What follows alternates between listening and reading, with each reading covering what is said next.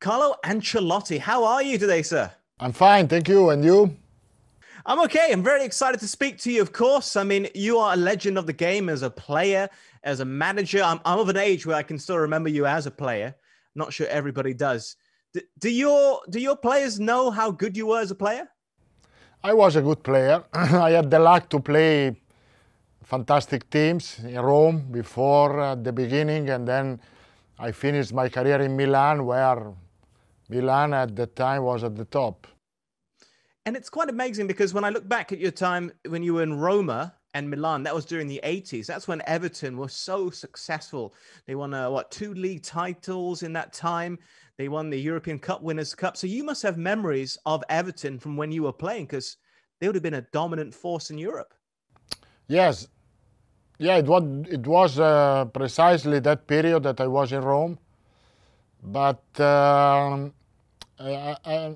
didn't. We didn't have the possibility to play against the English team in Europe because they were banned for 5 years, and so in that period. But I have a memory of Everton at that period that was a really strong team in England. Do you feel the pressure of winning a trophy because Everton is such a rich historical club? 9 league titles in total, 5 FA Cups. But it has been about 26 years since they last lifted a trophy. Do you feel the burden of that? Yeah, I think that an obsession is an ambition, that we want to be competitive.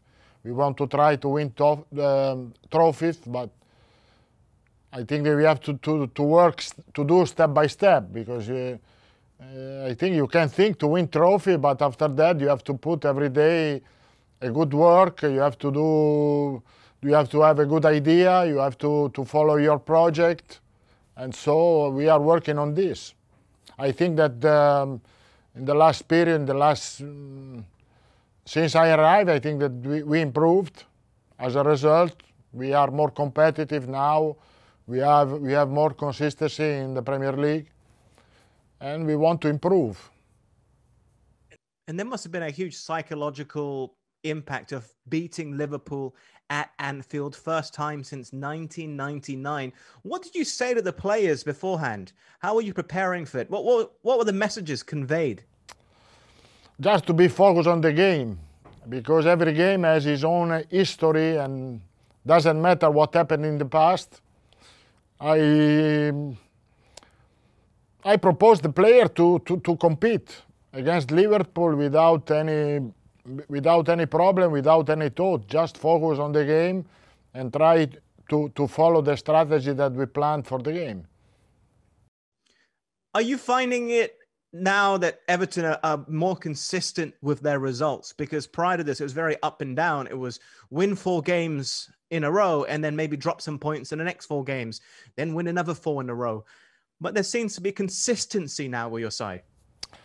I think that this season showed that we were really competitive against the top team. We were competitive against Leicester. We beat Chelsea, Arsenal. We beat Liverpool. We compete against United, and we lost points at home. So the home run was not good, and so in this sense we didn't have the consistency that we want. But we did really well away. This is for the fact that there are no supporters at the stadium. The away teams has more advantage. What was your relationship like with Duncan Ferguson, a legend of the club? Because he seems to be so hyper, so full of energy on the sidelines, whereas you are known as one of the coolest ever customers on the side of the pitch. Nobody is as cool as Carlo Ancelotti. I mean, how was your relationship like with Duncan Ferguson? No, really good. Tactics a lot and game plans? Yeah, he's part of my staff, and we are used to talk about the strategy, about the training session, to prepare together the training session. He's a really passionate man. He loves this club, and he has a lot of charisma in front of the players, and this is really important. Usually, in my experience, I always had an assistant from the club, and because he knows really well how the club works, and it's really helpful for me to have him. I've worked with Paul Clement quite a lot before, and he's talked a lot about you and the work that you do, the motivation you give for your players as well. When it comes to someone like Tom Davies, how have you motivated him to be so versatile? He can seemingly play anywhere on the pitch.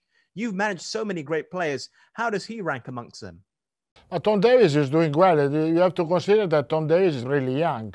He has a lot of experience in Premier League, but he's still young. He's really, I can say he's a team player. He's a player that likes to work for the team. Maybe he doesn't have a lot of technical quality, but his heart is big. And so he did really well in this season. He improved a lot, and I like team players, honestly. What about Luca Dean? Because he's been so impressive. You could probably argue he's the best left back in the Premier League, maybe even in Europe. That's an arguable point. But you must have been so impressed with what he's done in the new contract he signed as well. Signed a new contract, yes. We wanted to keep him because he's really experienced players. He's a fantastic left back. It's important to have him for the future. He had this season, he was out for 2 months, but when he came back really fast, and when he came back, he was fit and ready to play. You've been called a tactical chameleon, Carlo, someone that doesn't have one set particular football system, and you've managed with great success across Europe, Italy, England, France, Spain, Germany. But how would you describe your footballing philosophy? You seem to adapt to whatever country or competition you're in. But it's difficult to say in one word. My philosophy is, first of all, you have to consider that you need to manage men, not players. Of course, they are not players. They are men that play football. This is different. First of all is this. So for me, it's really important, the relationship. And it's really important, the communication. A manager now is, you spend most of the time in communication instead to train on the pitch, because when you play every 3 days, you are not allowed to spend a lot of time on the pitch. And so I think that the communication is really important, because you can transmit your idea better to the players that has to go on the pitch. Interesting. I think I've got about a minute or two left. I want to know, what is your definition of a success? Because you've won trophies everywhere you've been, Carlo. You're one of the most highly recognized managers in the entire world. You revitalize Everton Football Club. What is your definition of success, and how do you keep yourself motivated after everything that you've done? I am motivated because I love what I'm doing, and I try to do my best to help the team to reach the target and the success, and the club, of course. Success is to be happy for what you are doing in this moment. This is I think, the success.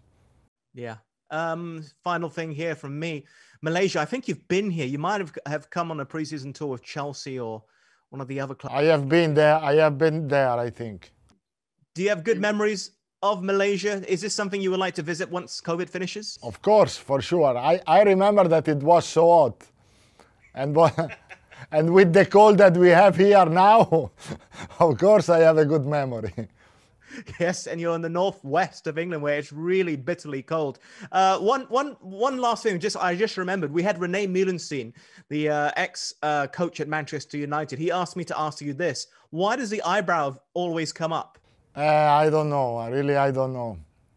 I don't know. He's unconscious. He's unconscious. I don't know when it goes up. When it goes up, I don't know really. It's good that you're aware of it. That was from René Meulensteen. We want to wish you the best of luck for the rest of the season, and we'll speak to you again very soon, Carlo. Thank you. It was a pleasure to talk to you. Our pleasure. Bye.